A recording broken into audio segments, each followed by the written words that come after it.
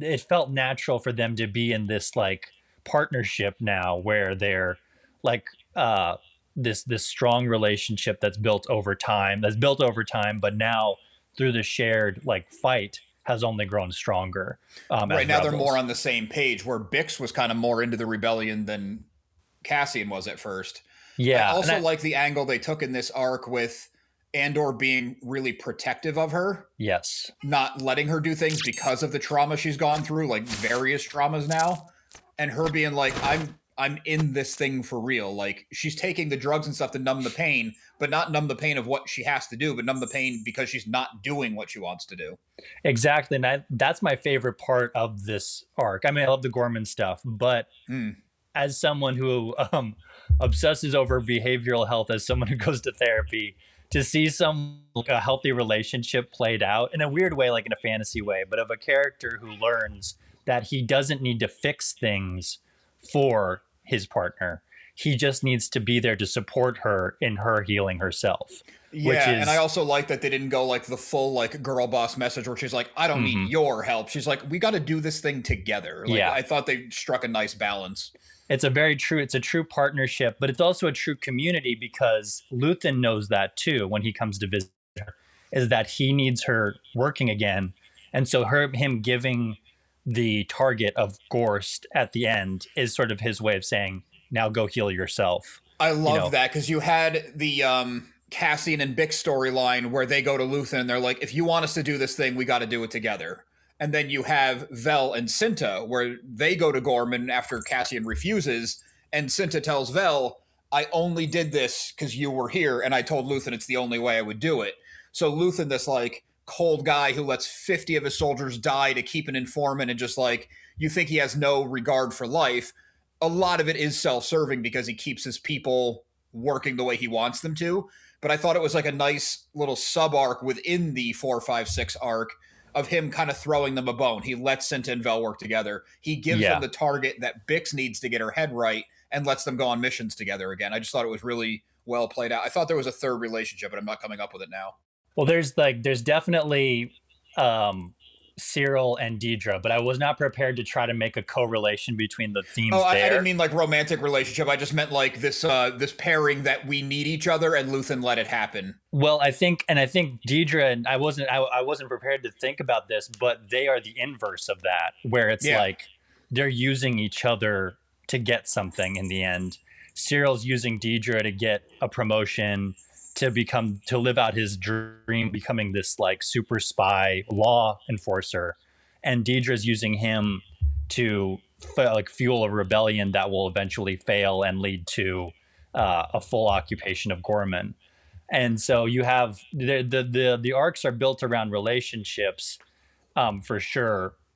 And there's this like each character is trying to get someone else to do something, but in the case of Deidre and Cyril, it's for themselves. It's very selfish. There's no care for the other person there, um, I I at all. only want to disagree slightly. I agree Okay. mostly, but my only disagreement is I think Cyril does like Deidre. I think he wants the traditional relationship with her in their very weird way, where I think Deidre is just like, I know you're a zealot. I know I can aim you at what I need, and that's that. If you're getting value or entertainment out of any of my transmissions, it would mean a lot if you would join the Remnant and subscribe. Where it comes to Lonnie in his arc, his storyline. So that's the thing about these three episodes. So much happens. We get so much time with all these side characters I didn't think we were going to get much of this season. But I like don't even with think I have a note on Lonnie, and he was a huge part of it.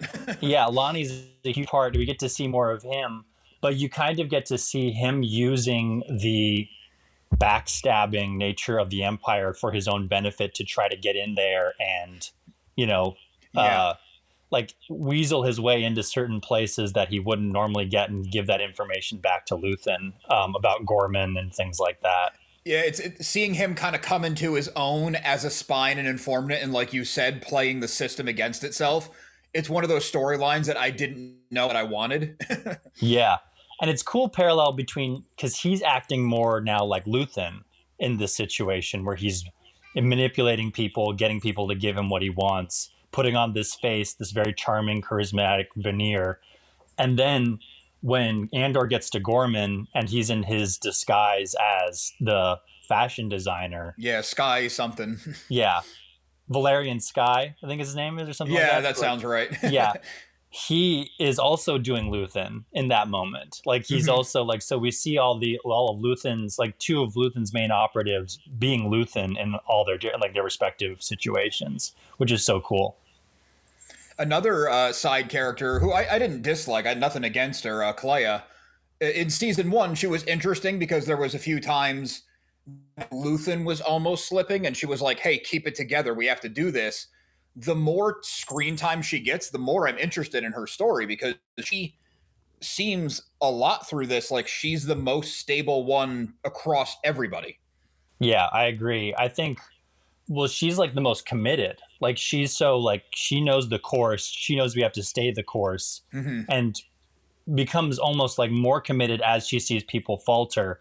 But in this arc, she literally like bleeds for her, Yeah, like to commit to what she's doing to get the and job done. Yeah, we'll go I the think extra part length. of her might be Luthen has to interact with people to manipulate them, but in doing that, I think part of him does care. He is still a human. Yeah, Kalea keeps everybody at arm's length. The only person she's somewhat close to is Luthen, and even that is she is not afraid to be like, well, I got to go to the shop and do this thing and just walk away. right. Yeah, no, she has very strong boundaries. I will say that. Like she's not in this. I know, like, it's a cliche, but not in to make friends. Like, just is Right. like and she says that in season 1 when Belle says like, "What have you done for him lately?" And she's like, "I don't have lately. I have always." In other words, I don't care what you think of me. I'm just committed to taking the Empire down, and that's it. Yeah. And it's so cool. I think she's one of my favorite characters. In season 1, she was one of my favorites, and this one definitely one of my favorites as She well. was interesting in season 1, but now that we're kind of getting more of a feel for her, and the spotlight is on her times, it's a lot better because Cinta said the same thing to Vel is, the rebellion comes first, and I believe that she meant it, but she couldn't shut off personal feelings. Yeah. Romantic or otherwise, just an attachment to another human being, where Kalea doesn't let another human being get that close to run that risk. No, she doesn't. And even Luthen, she keeps at an arm's length distance. Like she's not interested in his petty, like him getting, when he gets mad at her for all the bugs everywhere.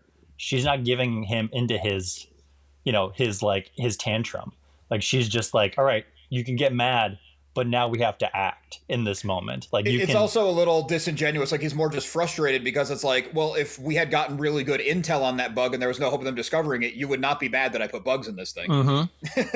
Exactly. She's You're only so mad smart that it's not working. Yeah, and she really is the one. I think we suspected it in season 1 that she was the one holding the operation together, but these 3 episodes confirmed she's the one holding the operation together. It was initial, like, I think I knew that it was being recast. Like, someone had said Bail Organa was being recast, so it wasn't too much of a shock. And I like Benjamin Bratt a lot and things, so I was kind of like, hey, nothing against him as an actor. Yeah. It was just, I'm used to this. I'm used to Bail Organa being this. Yeah. And I think the weight of he carries the character really well. Like, he does a good job with it. In the brief moment that you see him in these 3 episodes, he does great. So that is something that I do want to compliment the series on.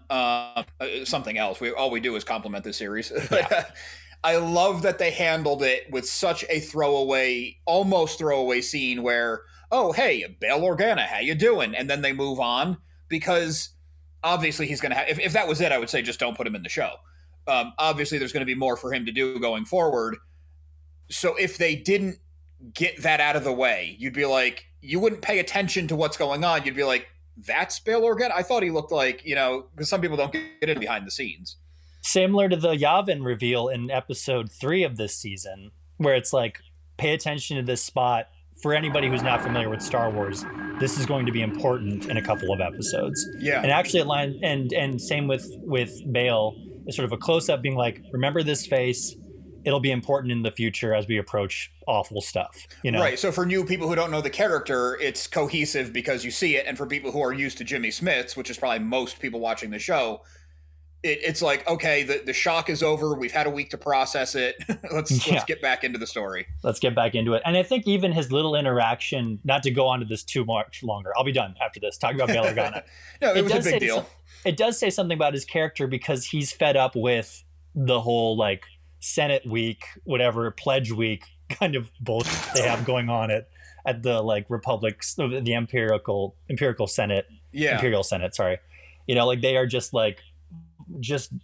these awful vanity parties, and he's fed up with it too. It's really great to see that, because that's the Yeah, because thing. it also tells people who might not be reading all the books and doing all behind the scenes and watch 7 years of Clone Wars that he is an ally. He's not just Yeah, another senator. He is on the rebels' side. yeah. I liked